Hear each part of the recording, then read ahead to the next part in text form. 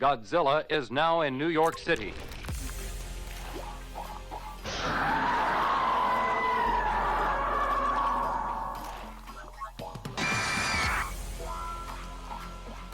Monster 01 and 02, commence the attack.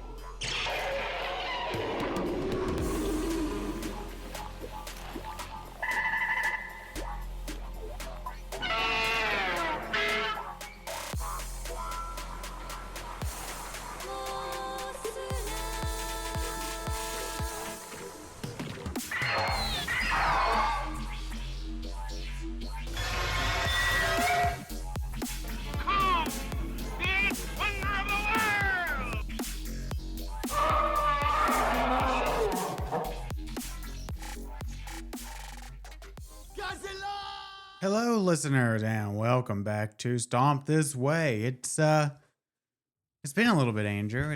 We took a week off. I ran off to the beach. Yes, you did. I survived my family vacation. Barely. Nah, it was fine. It wasn't bad. But I'm all here and rejuvenated, sorta, and ready to get back to podcasting. How about you? Oh, yeah. How was your week while I was gone? Oh, it was fantastic, you know. Yeah, I bet it was. Lazed around, went to work. Yeah, well, good for you. Good for you. Yeah. Yeah. Anyway. What are we here to talk about today? A movie. Yes, a movie. A movie that might be called Ultraman Trigger Episode Z. Or if you're British, Ultraman Trigger Episode Z. Because they don't say Z, they say Z. So if you go to listen to like the English dubs of Ultraman Z, Yeah. he's Ultraman Z. You know. Yeah. But whatever. Yeah, so Ultraman Z didn't have a film. We're not skipping it or anything. It just does not exist. So they instead decided to include him in which all these Ultraman movies usually include cameos from the previous Ultraman from the preceding show. Usually more than just the preceding show. Usually several preceding shows.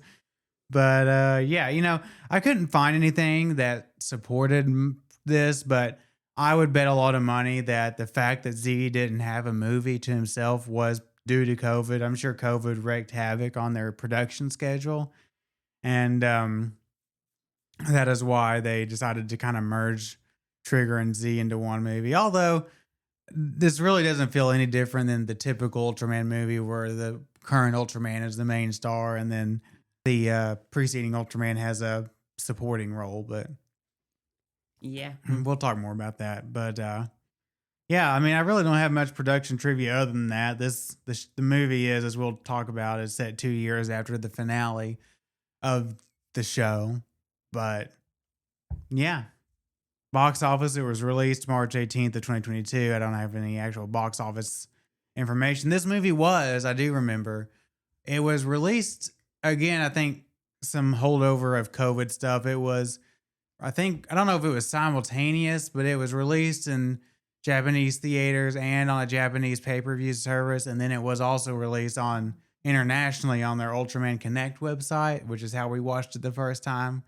I paid like, I don't know what it was, $20 or whatever to stream it, to rent it and stream it. Ultraman Connect. So we've seen this movie. We haven't seen it since then. I was excited to come back and watch this because the Ultraman Connect stream was not exactly high def, and I think there was a lot of buffering involved, if I remember. Yeah. So I was excited to come back and see it high def, no buffering. So yeah, I was interested to come back and review it. But how did you feel about Ultraman Trigger? Well, I mean, we skipped over to Ultraman Z and Ultraman Trigger as TV shows. I enjoyed both TV shows. I think I enjoyed Z more than Trigger. Yeah. To be honest with you. Yeah. Yeah, I mean, it's hard for me to remember now because it's been several years now since we've watched both of them. And Aaron does not have a good memory. And my memory is not good. But I do agree with you. I think Z was the better show for sure. I think it was more unique in its structure. I think if I remember right, it spent more time, developing the characters, the whole cast instead of just a few. And I think there were a couple good story arcs in Z. The captain in the Z show was, and they had a lot of fun. Juggler. Yeah, the fact that Juggler was, and it was, it was the same actor, but they didn't tell you up front that he was Juggler. It was actually kept a secret until I don't know, halfway through the show or whatever. That the actor was still playing the same character. He was Juggler's Juggler, and of course that actor, as I've said, I think in all of these things that he's been in, he's a very charismatic actor, and he's a lot of fun. Yeah. And so I think Z was the better show. I didn't mind Trigger. I thought Trigger was decent. Trigger does have one of the all-time great theme songs.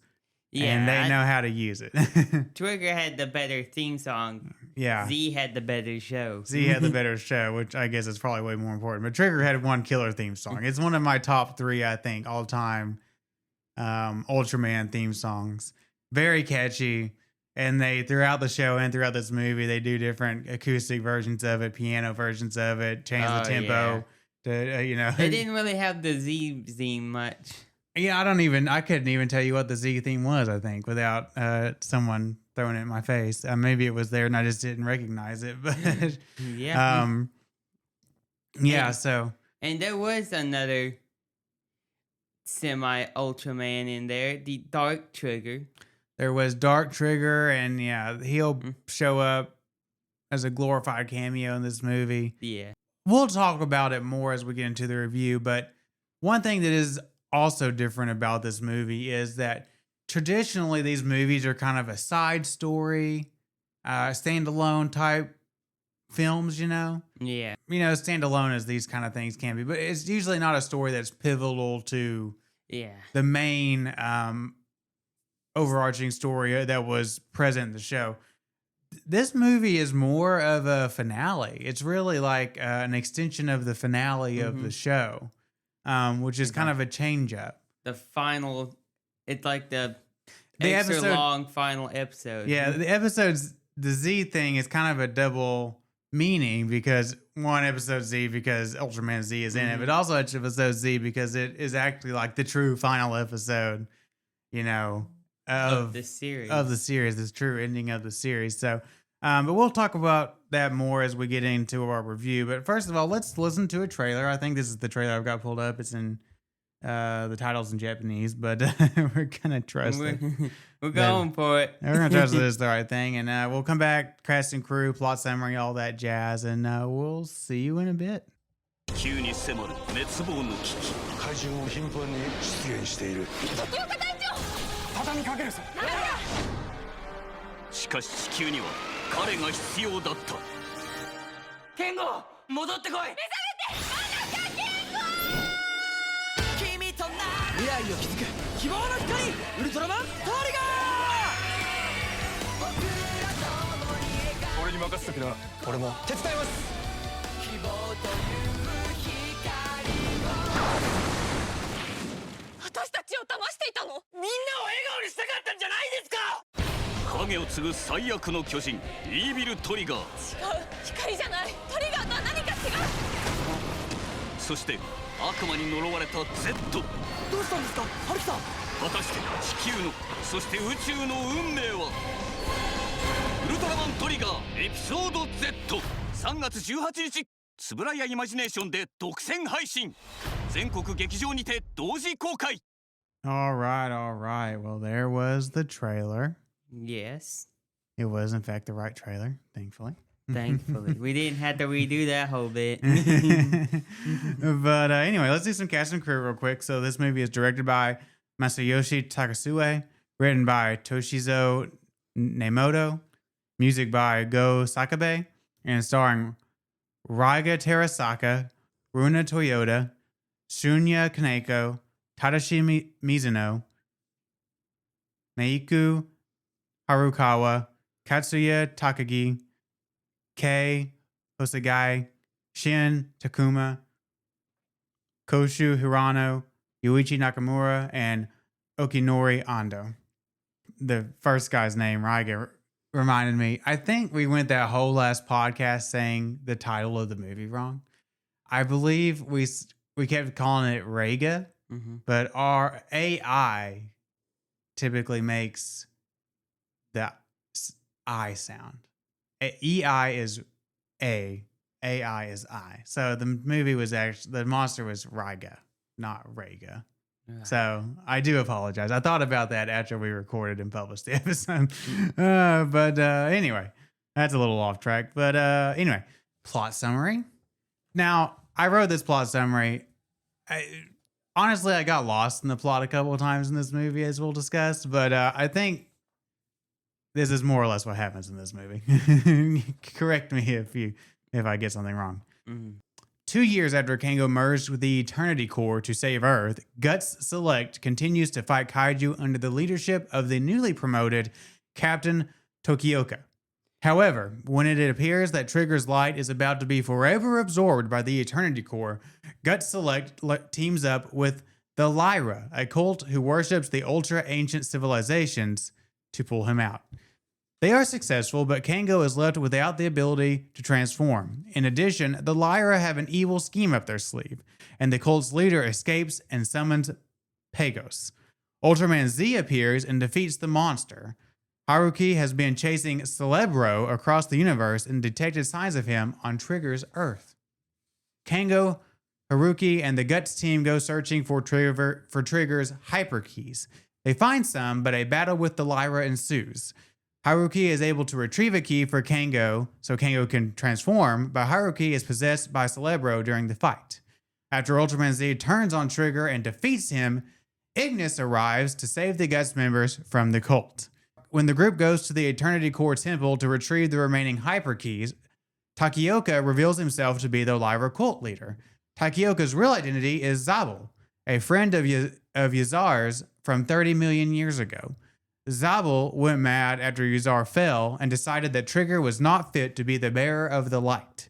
He orchestrated this whole evil plot along with Celebro so that he could become the light himself.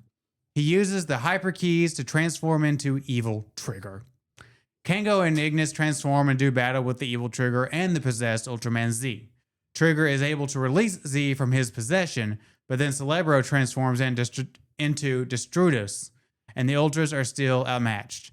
It isn't until Yuna sacrifices Yazar's ring to the Eternity Core, providing Trigger a power boost, that the good Ultras win. Zabel returns to human form long enough to reflect on the happy times in his past before disintegrating, and the Guts Select team members throw Kango another welcome back party as credits roll. Sort of. Kind of. I think I mispronounced some names in there for sure. They were actually Aaron, ancestors of the ultra ancient people.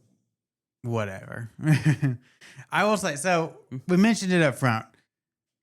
This show, this movie, if you want to call it a movie, I also saw it called a TV special, so maybe it's not even technically a movie, but it's different because it is a continuation of the main plot of the show. Yeah. The finale ended with Kango merging with the Eternity Core To stabilize it. Whatever.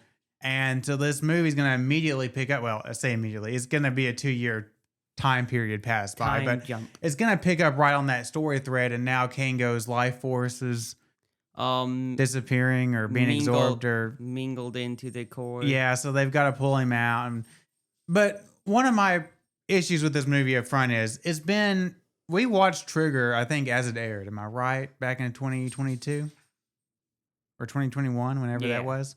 So we watched Z as it aired. Yeah, we watched Z. So it's been a few years since I've seen the show Trigger, and I don't remember clearly all the plot and all the stuff that happened.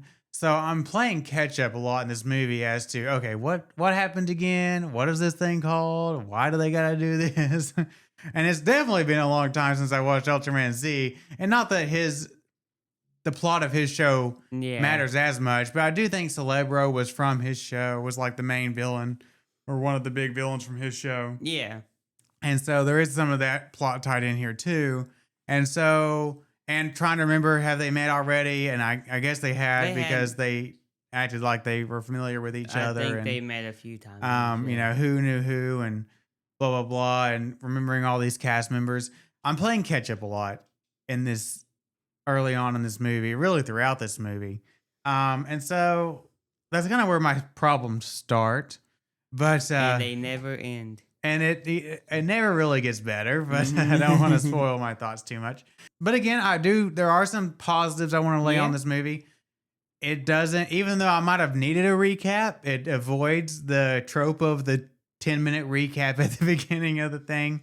I do think this movie plays better, although I will say, even when we watched it, when it was released on Ultraman Live, I don't think I was a big fan of it then either. But it plays better, I think, if you're just coming fresh off having watched the show. Yeah. And you kind of watch this as the finale, and you have all the plot fresh in your memory, rather than watching it, 4 years later or whatever we're doing now. And be like, what's going on here? Like, what's going on? What was this about again? But anyway, so yeah, the movie starts. Kango, we're reminded that Kango, we do get a brief recap where we see basically clips from the final episode where Kango merged with the Eternity Core or whatever, and kind of briefly reintroduced to the cast. And then we jump forward, it's 2 years later, the Guts Select. Now I was reminded, looking at the title of the show, the full title of the show is Ultraman Trigger: New Generation Tiga. So this was like the 25th anniversary show of Tiga. So you had Guts and Tiga. Now they're Guts Select here in this show. And the Guts Select team is fighting Pagos. Yeah. And they've got a new captain. I don't remember if this guy was ever in the show, but the other guy was transferred to some science unit or something. I don't remember, but this new captain's here. Special research unit. Yeah. This new captain's here, and he's leading the team, and he's acting captain. And the old man, who I think is the dad. So the one thing about Trigger is that it had this cast of Guts Select members. Really, only 3 characters matter. It's I almost said Tango. Kango, Akito, and Yuna. And Yuna and Akito are brother and sister. And their dad is like over the, what was it, the TPU or whatever it was called. Yeah, whatever, the parent organization. And so they're all talking, and I think this Takioka guy was like a teacher of Akito's back in the day or something. And anyway, long story short, they figure out through sensors or whatever that the light from Kango in the Eternity Core is like being absorbed by the Eternity Core, like I said, something blah blah blah. Yeah. Mumbo jumbo stuff.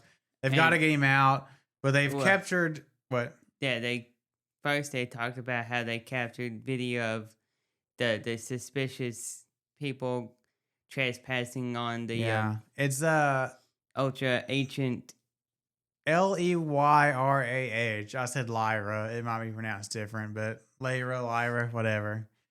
And they've been trespassing on that temple thing, and they're dressed like, in their little robes or whatever, like Jedi. Mask. And they've got I made a comment, it looks like the scorpion mask from that last Mortal Kombat movie.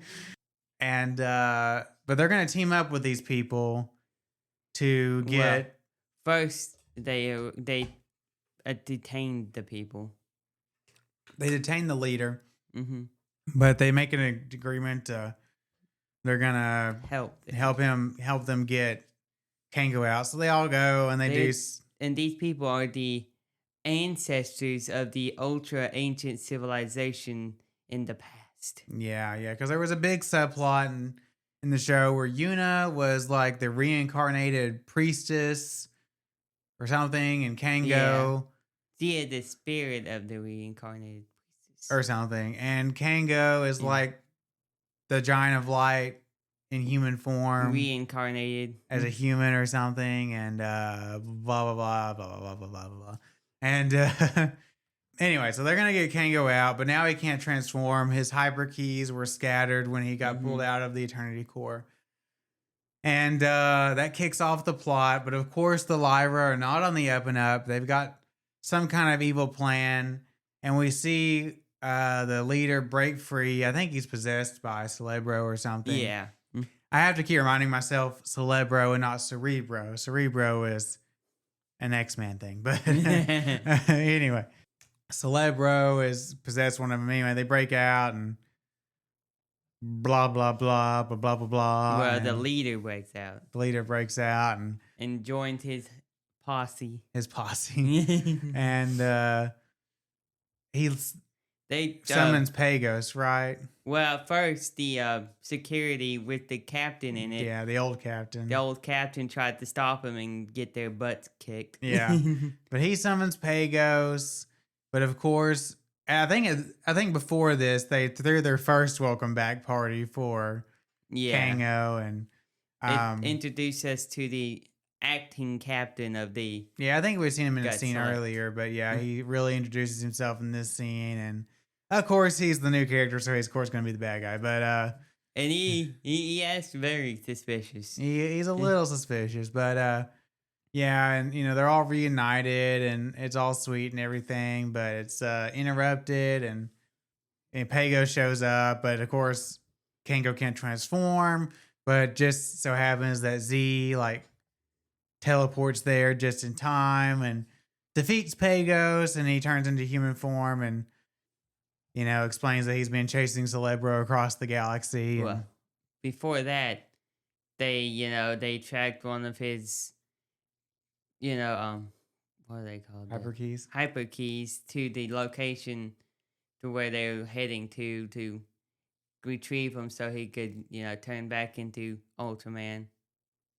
I think that was after this. No, because he fought those monsters in the forest. But this is before the forest fight. But this is when Pago shows up in the city and Z comes out and beats it. Yeah. Yeah. Anyway, so Haruki shows up and he's explaining blah blah. He's chasing Cerebro across the galaxy, blah blah blah. And then he makes some really weird facial expressions at Yuna. I don't know if he was trying to flirt with her or whatever. The way they edited it together, it came off very awkward.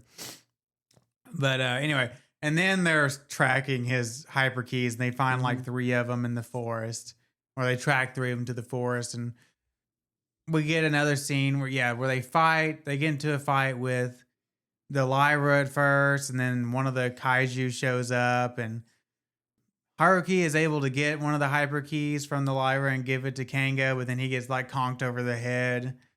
And then they figure out that one of the other hyper keys is inside the kaiju, so he's got to fight the kaiju. Yeah. And then in a really bizarre sequence, another one of the hyper keys is in a haunted house for some reason, even though there is no other. Why is there a haunted house? There's no other mention of Halloween. Somehow it ended up in a fake skeleton head. Yeah, it would have made more. First of all, there's no other indication that this movie is set around Halloween. Yeah. It looks like it's summer from the leaves. Everything's green. Yeah. It doesn't look like it's fall. Of course, I don't know. Maybe seasons are a bit different in Japan in terms of when things change color and stuff. And it's a really bizarre, almost found footage bit they do in this weird haunted house. And it's haunted house. It's supposed to be a comedic bit where Akito's terrified of the haunted house, and maybe that was a thing in the show or something. I don't know, and he just goes around screaming, and then eventually the fake skull comes down from the ceiling, and he passes out from fear. And then is it his sister that's with him at that point? Yeah. And she finds it. She's like, "Oh, here's one of the other hyper keys," and it was a bizarre sequence. It was weird, but and then she goes out there, and then she throws the hyper key at Trigger. Yeah, and is it at this point in the movie? See, this movie is tonally. I mean, listen, all these Ultraman movies are somewhat goofy. and cheesy, obviously. But the movie is tonally very weird, like because sometimes it's more of a self-serious Ultraman adventure, and then you get the scene like in the haunted house, and then there's a scene. Is it in this forest scene where like they get in the like sumo wrestling ring with the power lines? Yeah, and that's right after he gets the new hyper key and Yeah. they transform into like the strong version Yeah, of yeah. himself. and they literally get in a ring. Like the power lines turn into like A boxing ring. a sumo wrestling ring or a boxing ring, whatever. I mean, seen straight out of Death Kappa, and they get into like a big boxing match with the kaiju or whatever. And it's like this movie's kind of tonally inconsistent, but whatever. It's Ultraman. I'll ride with it. Mhm. And then so they do all that, and then Ultraman they beat the kaiju, and then of course Haruki got infected by Celebro, and it takes over Ultraman Z's body, and then Yeah. they get into a fight, and he like easily beats Ultraman Trigger, and then if you don't remember this character, I don't blame you because I didn't, but I think his name's Ignis. He was a big part of the show. He was like basically he's like the dark half of Trigger. Yeah. And he is Dark Trigger is his literal Trigger Ultraman name. Dark And he Trigger. shows up to save Kango and Akito and Yuna Mm-hmm. from the Lyra, and he teleports them away or whatever. And so they kind of gotten defeated, but they've tracked the hyper keys to like the temple, the Eternity Core temple thing or whatever. So Ignis and Akito and Yuna and Kango are gonna go there. And this is where we reveal that actually the captain, Tokioka or whatever I said his name was, Tokioka, is the bad guy. Imagine that. He's actually this guy named, what did I say his name? Zabil, Zabil or something. Yeah. He was a friend of Yuna's, of Yuzar's 30 million years ago. He did ultra ancient civilization person. And I don't know. His backstory's a little weird. He was like the leader of the protectors of Yazar. Yeah, but walk me through. Why is he evil? He got mad because Trigger beat the bad guys too easily. It's basically what I got. Like, Because we put all this blood, sweat, and tears in defeating this guy, and then Trigger shows up and defeats him in 5 seconds. And now Because I'm going to spend Trigger- 30 million years plotting his downfall. He got mad because Trigger showed up too late To and save Yuna. to save Or Yuna. Yuzar. Yazar. Okay. I mean, whatever. It's pretty weak, but we'll roll with it. So he spent 30 million years trying to figure out a way to become the light himself. He wants the power of the light Because because Trigger's not worthy. he's not worthy because, he came in, was able to beat monsters easily, but couldn't save Yazar. Yeah. Or something. And so he's got he's got 3 of the what do they call them? They're not beta capsules anymore. They're spark lances, I think. Spark lances. Because that's what Tiga had back in the day. And he's got like 3 of them there. And they're going to spit out a whole bunch of different colors with the hyper keys, and he's going to absorb their power or something and become. We've already got Trigger. We've got Dark Trigger. And now, Andrew, we've got Evil Trigger. Not to be confused with Dark Trigger. Evil Trigger. There's a lot of triggers. So, and then Kango and Akuto use the power of friendship, maybe a little more than friendship, and bust through the psychic wall or something, and Kango gets one of his hyper keys back and spark lances and transforms into Trigger, and Ignis turns into Dark Trigger, and they get into a fight with Z and Well, possess Z Ignis already transformed into Dark Trigger to fight Z. to fight Z. That's because when he transformed into Trigger, it was like Took you long enough. Yeah.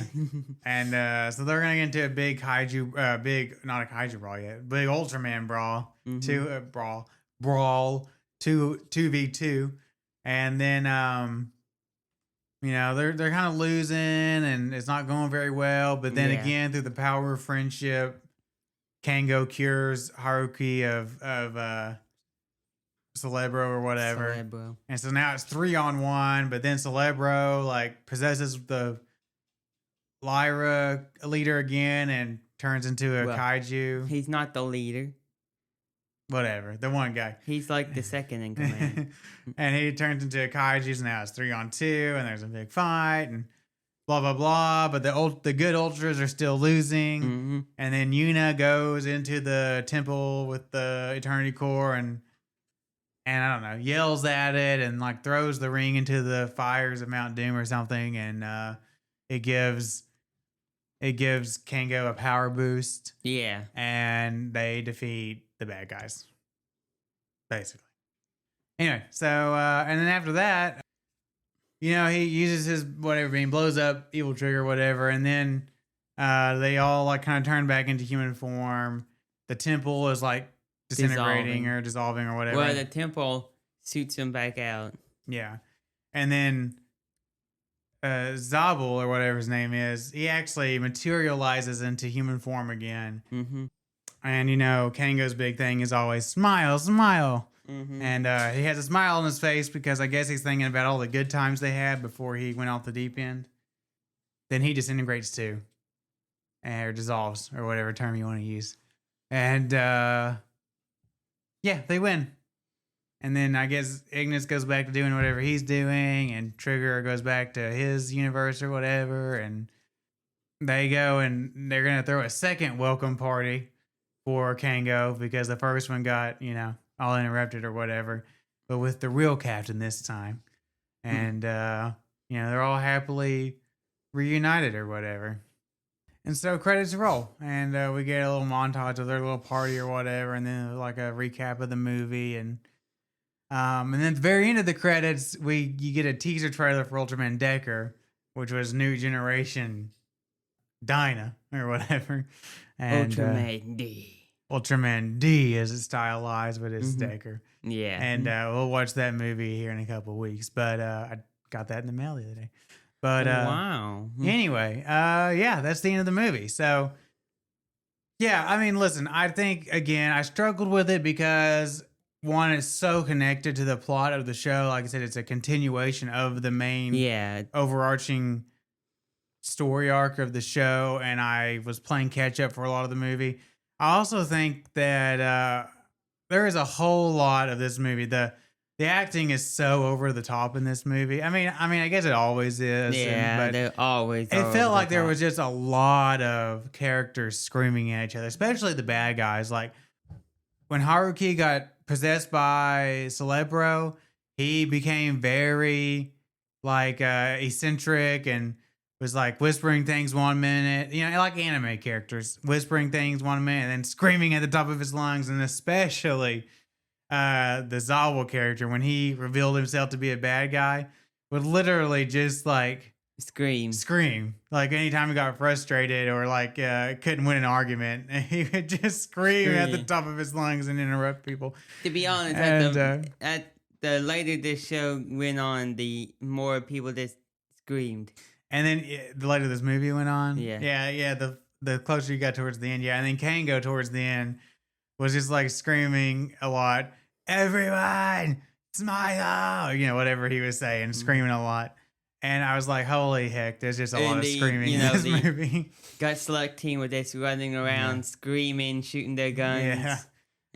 So, I can't say that I had a very fun experience watching this movie.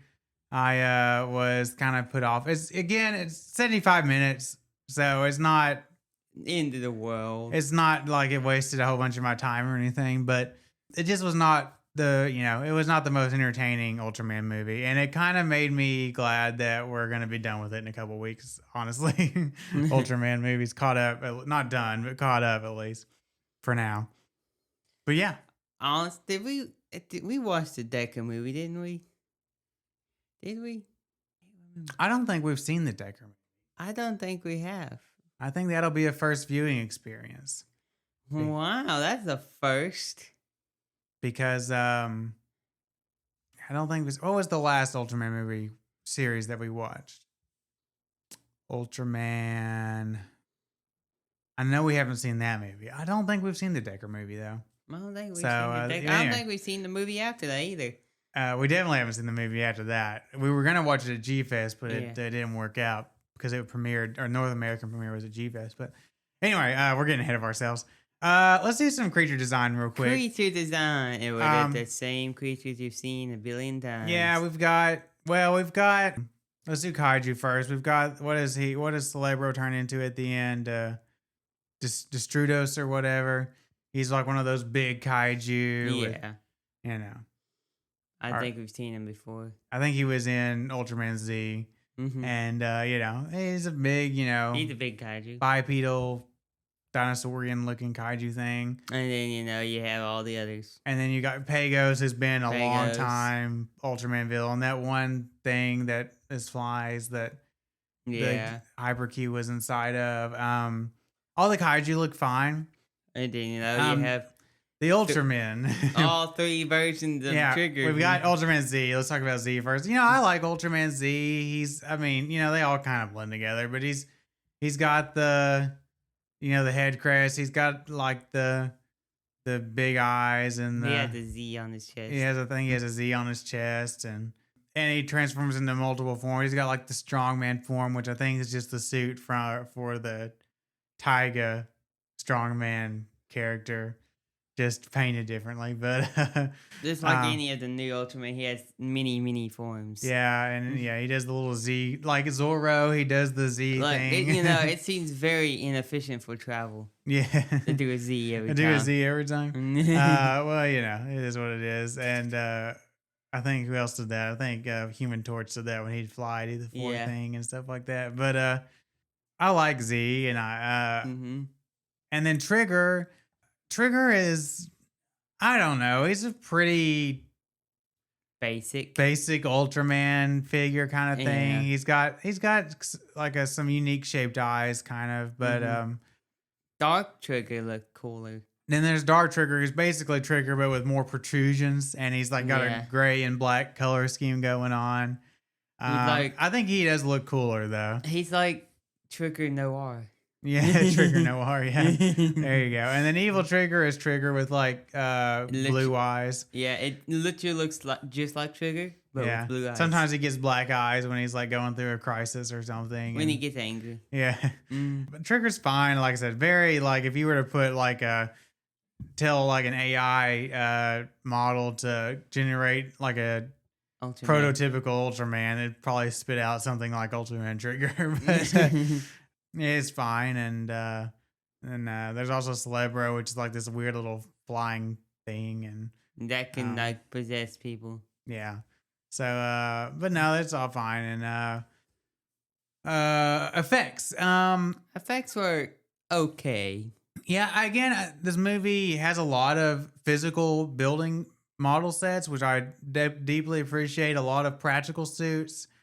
Which I very much appreciate. I think a lot of the action in the model city models is good. They have stuff in the foreground, like I think I talked about this last Ultraman movie where buildings and maybe if they like show vending machines and stuff in the foreground, like when something hits the ground or something that it all shakes or is thrown up into the air and they do all that stuff. And I think all that stuff looks good. I mean, there is some, particularly with ship or whatever, battle mode or whatever, and the little like. Dragon thing that the one woman pilots, with her headset or whatever is CGI most of the time. And, it's not enough CGI to really bother me. I mean, the CGI is not great. It's not distractingly terrible either. The battle mode was always CGI. Yeah. So, it functions. I think the effects in this movie are pretty good as far as the Ultraman movies go. I don't have any real complaints with them or anything. I think there was an overabundance of CGI. I think as far as like the sets go, the sets look good. They do a lot of filming in outdoor locations, foresty locations, which I always appreciate when they get outside of a studio or whatever and go film outdoors. And yeah, I think all that stuff. I mean, the set for like the temple isn't very elaborate, but it gets the No. job done. It gets it Costuming is done. pretty good. I don't have a problem with any of that stuff. And, they put some contact lenses in people to show whether they're, evil, bad, all that stuff. So, yeah, I think effects are good. They're fine. They function. And then score, like I said, I really love the Trigger's theme. Yeah. Ready to pull the trigger. And it's very catchy, which any good Ultraman theme should be. And then they know they've got a banger. So just like anytime they've got a banger, they take the main theme and then make an acoustic version of it, a piano version of it. A sad version. Yeah, they change the tempo higher, lower. They do all kinds of different versions of it depending on whether, and they reuse it, instrumental versions of it. Over and over. For action scenes, higher tempo. For sad scenes, piano, slow tempo. For, bittersweet scenes, an acoustic version of it or something. And I love all that stuff. So, I enjoyed the score anytime I could hear the Trigger theme song. It's And the other pieces of music are all right. and the rest of it's a pretty typical Ultraman score, and it functions perfectly well. But anyway, final thoughts? Final thought. We'll go for it. Well, like we've said, this movie it's not the greatest Ultraman movie we've ever seen. It has it tries to be different with being directly connected to the show. Being like the main plot elements. But saying that though, it didn't really play as good as you think it should have. It's kind of had a weak ending storyline to it. The reasoning for the villain is weak at best, and and the action sequences they're cool, but they're fluctuating weirdly from serious to silly to serious silly, and you're like, what is going on here? Yeah. And the acting, the acting's alright for like the first half before they just get into constant screaming and like gut wrenching screams. Ear everywhere. piercing screams. Ears piercing screams. Yeah. They're screaming everything they say. Hey, the score is good. I like the score. Trigger's theme's good. The other themes are passable. Yeah.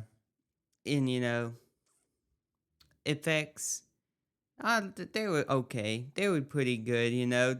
The effects the CGI they had was decent, and the models and stuff were pretty good as usual.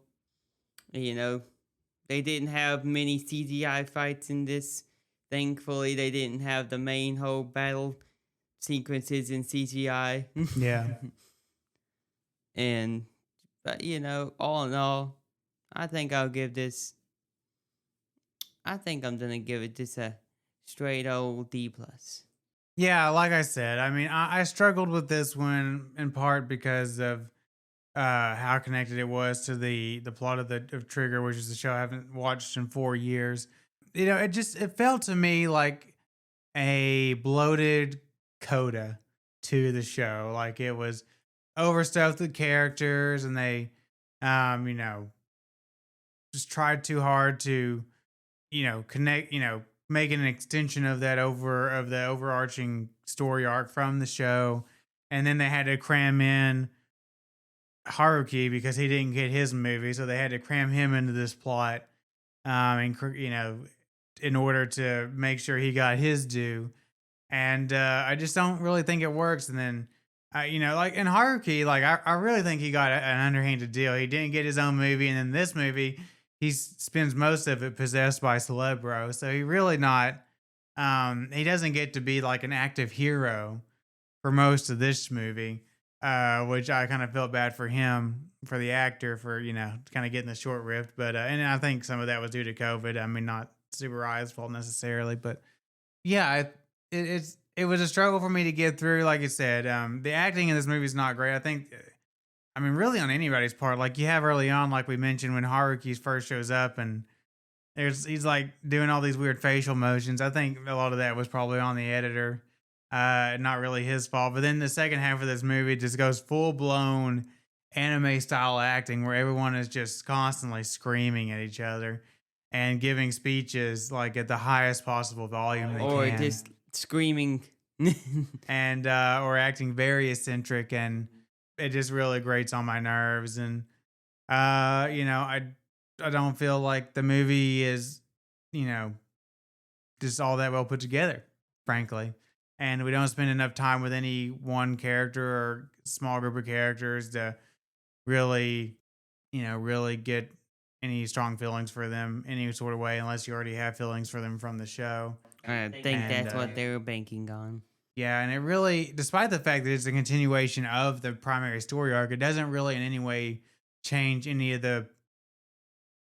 None of the main characters really change, like from the show. Like Kango, He comes back to life. he comes back to life, but he's still the same character he was, you know, at the end of the show. And Akito and Yuna, I mean, she sacrifices her priestess powers or something, but they're not different people by the end of this in any sort of way. So They're more human. they're all more human, just like the new Superman movie taught us. Yeah, I mean, it's just not very good. I give it like a D. It honestly was one of the rougher ones for me to sit through. And D for Decker. No, just kidding. We'll get to that in a couple of weeks. But yeah, so yeah, sorry for fans of this movie, but not my favorite. Not my favorite. And maybe I've been kind of in a bad mood today. Maybe that didn't help my viewing experience. But and yeah, I think I'm kind of getting burnt out on these Ultraman movies, and I'm just kind of ready for us to be caught up and focus on something else, frankly. But yeah. So Ultraman? anyway, we do have a little bit of news to talk about. Oh boy. You ready for some of this? First of all, let's do my weekly comic book review. This week I reviewed, or I read, I should say, Godzilla versus Avengers. So again, spoilers if you haven't read it and want to read it, don't want to be spoiled. But the basic story is the new Avengers. This particular Avengers team is Iron Man, Spider-Man, Spider-Woman, Luke Cage, and Wolverine. I think I got all of them. And That's quite it's a bit of a team. And Godzilla's fighting, what's that one character? Fing Fang Foom or whatever. He's an old 60s, 70s era Marvel Comics villain that they've kind of gotten away from because he might be a little culturally insensitive, but he's basically a giant dragon. And Godzilla and Fing Fang Foom are fighting, and Avengers, of course, deploy to try to break it up. And then Jet Jaguar shows up because the niece of the guy from Godzilla vs. Megalon that built Jet Jaguar has scrounged together spare parts, and her and a couple of other college kids have rebuilt Jet Jaguar to fight kaiju. A fight between Godzilla and Human. Basically, it's told non-linear. It starts out as Maria Hill is interrogating the new Avengers on why the area got tore up and why they didn't prevent it, or how they messed up. And then it's told in flashbacks, this whole event, and it kind of bounces around time wise. But it's basically, I think, supposed to be largely supposed to be kind of a funny thing, because Godzilla is just doing whatever he wants, and he beats up Fing Fang Foom, and then the Avengers show up and he beats them up, and then Jet Jaguar shows up, and then he uses Jet Jaguar's body to beat up on both of them, and it's just Godzilla just stomps his way through, and they doing what he wants. doing what he wants, and nobody can stop him. And it's pretty fun. I don't know. I wish it would have been a more classic Avengers team with Thor and everything, which Thor is about to fight in the final issue, Godzilla versus Thor. But some of the more powerful Avengers fighting against Godzilla. This is more of a comedic thing where they all kind of get their butt kicked. But Spider-Man's got some good quip. Spider-Man's obsessed with why it's called Jet Jaguar, even though it looks nothing like a jet or a jaguar. And he's I mean, it kind of actually gets old. Like there's a running joke through the whole comic of like he's asking everybody why is it called Jet Jaguar. But it's some fun of like getting all those, Godzilla and Jet Jaguar in the same comic book as the Avengers and all that, and kind of seeing some of the more old school Avengers, Iron Man and Spider-Man and that kind of stuff. And some of their old school kind of personalities from the comics, and just seeing Godzilla kick everybody's butt is always fun. But I'll say for it about what I said about the last few, which is fine. It is what it is. But so yeah, I've got one more comic to go on this run, and it's Godzilla versus Thor. It's weird to me that they didn't make Godzilla versus Avengers the last one. You think they would do that one last, but they did Godzilla versus Thor last. But anyway, we got some other bigger news to talk about. Shin Godzilla did have its re-release in 4K re-release in theaters from Thursday through. I think it went from Thursday to Wednesday or Thursday to Thursday or something. Andrew and I did not get a chance to see it. It did not show at our local theater. And then the weekend I was going to drive me and Andrew to Tulsa to go see it. I, of course, ended up going to the beach with the parents. So, but it did make, from Thursday to Sunday, it made $2.5 million, which eclipsed its initial theatrical run of $1.9 million in the U.S. So that was considered an excess. Last I looked, it had topped out at like 3.3 million over this new run. But they are going to release the orthochromatic version, the black and white version, for one day only, I believe, on August 31st, the last day of August, which is a Sunday. I don't know if we'll get to go see it right now. The closest theater that has a screening for it listed is in Moore, which, again, for you unfamiliar with the geography of Oklahoma, that's just south of Oklahoma City. It's a little bit of a drive. We live way on the very eastern side of Oklahoma. So it's about right next to the Arkansas border. Right next to the Arkansas border. So it's about a 3-hour drive for us to that city.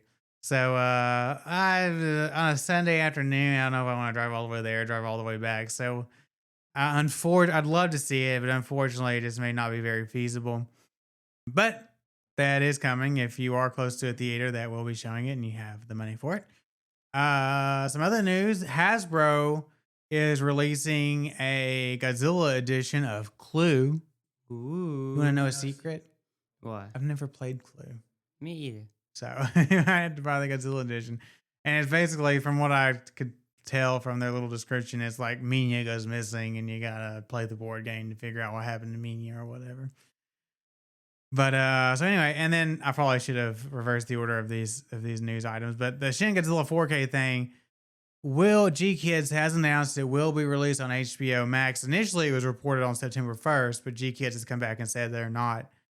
They're releasing other titles on September 1st to HBO Max, but not the Godzilla 4K, Shin Godzilla 4K. But it will be coming later. So if you didn't catch it in theaters like us, it will be coming to HBO Max. So. Which I did, like I've said before, I was able to catch Shin Godzilla in its initial North American theatrical run back in 2016 or 2017, whenever it ran. So it's not like I never saw it in theaters, but anyway. And we saw the new one, the -1 Godzilla.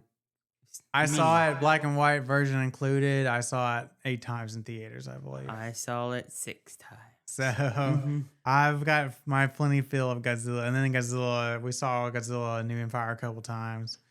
So we've seen a lot of Godzilla in theaters recently. Yeah. And there will be more, trust me. But don't worry. But other than that, let's look at our schedule, see what we got coming up.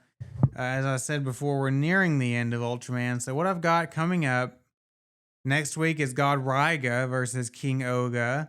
And then the last Ultraman movie I have on the schedule right now is Ultraman Decker Finale, which we don't have access to the Ultraman.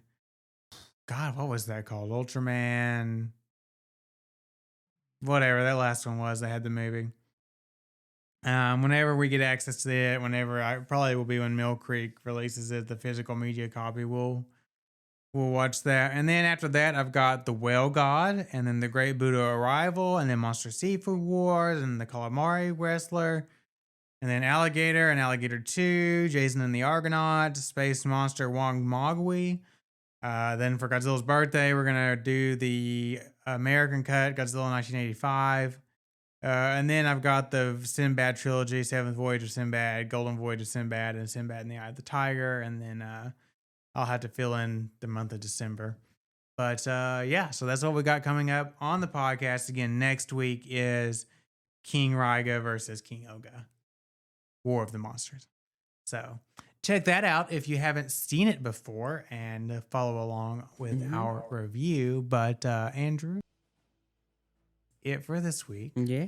So don't forget, you can always contact us at stompthisway1954@gmail.com. You can find our website at www.stompthisway.wordpress.com.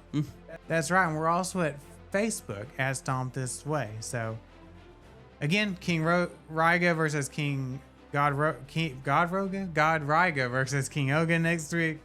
And as always, I'm Aaron. I'm Andrew. And we will see you next time.